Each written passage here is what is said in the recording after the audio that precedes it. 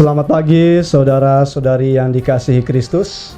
Mari kita mengawali hari baru dengan mendengarkan firman Tuhan yang diambil dari Injil Matius bab 23 ayat 1 sampai 12. Tuhan bersamamu. Inilah Injil suci menurut Matius. Sekali peristiwa, berkatalah Yesus kepada orang banyak dan murid-muridnya, ahli-ahli Taurat dan orang-orang Farisi telah menduduki kursi Musa. Sebab itu turutilah dan lakukanlah segala sesuatu yang mereka ajarkan kepadamu. Tetapi janganlah kalian turuti perbuatan mereka, karena mereka mengajarkan tetapi tidak melakukannya. Mereka mengikat beban-beban berat, lalu meletakkannya di atas bahu orang, tetapi mereka sendiri tidak mau menyentuhnya. Semua pekerjaan yang mereka lakukan hanya dimaksud supaya dilihat orang. Mereka memakai tali sembahyang yang lebar dan jumbai yang panjang. Mereka suka duduk di tempat terhormat di dalam perjamuan dan di tempat terdepan di rumah ibadat. Mereka suka menerima penghormatan di pasar dan suka dipanggil rabi. Tetapi kalian, janganlah kalian suka disebut rabi, karena hanya satulah rabimu, dan kalian semua adalah saudara. Dan janganlah kalian menyebut siapapun bapa di bumi ini, karena hanya satu Bapamu, yaitu Dia yang di surga. Janganlah pula kalian disebut pemimpin, karena hanya satu pemimpinmu, yaitu Kristus. Siapapun yang terbesar di antaramu, hendaklah ia menjadi pelayanmu. Barang siapa meninggikan diri, akan direndahkan, dan barang siapa merendahkan diri akan ditinggikan. Demikianlah sabda Tuhan. Saudara-saudari yang dikasihi Kristus, tema yang akan kita renungkan pada hari ini tentang jangan turuti perbuatan mereka. Saudara, ada 4 alasan mengapa Yesus mengecam orang-orang Farisi dan ahli Taurat. Yang pertama, mereka mengajar, tapi tidak mempraktekannya sendiri. Kedua, mereka meletakkan beban peraturan yang berat di bahu umat, tapi sama sekali tidak membantu mereka. Ketiga, mereka melakukan kegiatan-kegiatan religius supaya dilihat orang lain. Dan keempat, mereka senang berada di posisi terhormat dalam sebuah pesta, senang dihormati bila berada di tempat yang ramai, dan senang dipanggil rabi.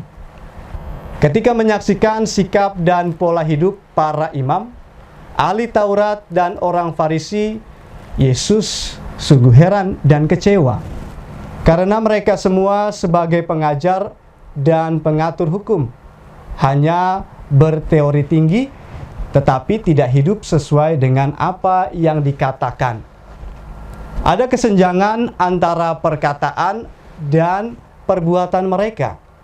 Idealnya, mereka yang menjadi pemimpin atau pengatur sebuah sistem mesti juga harus hidup sesuai dengan apa yang mereka atur dan katakan, sehingga tidak menjadi skandal dalam posisi dan tanggung jawab mereka.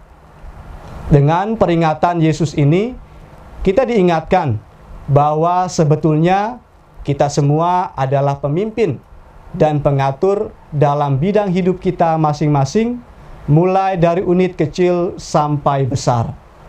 Sebuah sistem itu akan berjalan baik bila kita meletakkannya dalam sebuah pola hidup dan kesaksian yang mengutamakan keseimbangan antara perkataan dan perbuatan kita. Jika ada kesenjangan, pasti akan muncul persoalan yang merusakkan karakter dan citra pribadi kita sebagai seorang yang sungguh memberi tanggung jawab. Saudara, sebagai murid Yesus, apapun status kita dan dimanapun kita berada dan bekerja, Yesus mengingatkan agar kita tidak hidup seperti cara hidup orang-orang Farisi dan ahli-ahli Taurat. Apa yang kita ajarkan kepada orang lain hendaknya keluar dari apa yang kita hayati sendiri.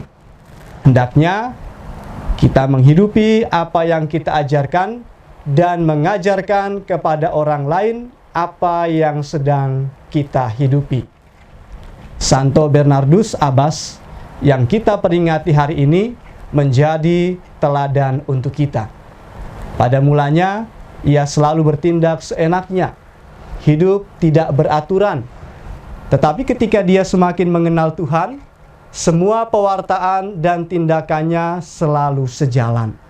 Mari kita berusaha untuk bersikap konsisten antara kata-kata yang kita ucapkan dengan tindakan yang kita lakukan, sehingga kita tidak dihakimi oleh perkataan kita sendiri. Jadilah teladan bukan hanya dengan kata-kata, tetapi terlebih dengan tindakan nyata. Amin. Marilah berdoa. Tuhan, pagi ini kembali kami naikkan syukur dalam doa dan permohonan. Terima kasih sudah menjaga kami saat tidur maupun bangun. Terima kasih untuk udara sejuk dan segar pagi ini. Tuhan, kami hendak beraktivitas. Kami mohon tuntunan dan pemeliharaanmu. Jauhkanlah kami dari yang jahat, dan berilah kami kekuatan dan kesehatan. Ajarilah kami untuk saling mengasihi dan mengampuni. Kami serahkan hari ini ke dalam tangan-Mu. Kristus terang dunia, berkatilah keluarga-keluarga kami. Jadikanlah kami alat kasih-Mu, dan pantaskanlah kami menjadi hamba-Mu yang setia. Amin. Tuhan bersamamu. Semoga keluarga kita, orang-orang yang kita kasihi dan doakan, seluruh aktivitas kita hari ini dilindungi, dibimbing, dan diberkati oleh Allah yang Maha Kuasa, Bapa dan Putra dan Roh Kudus. Amin.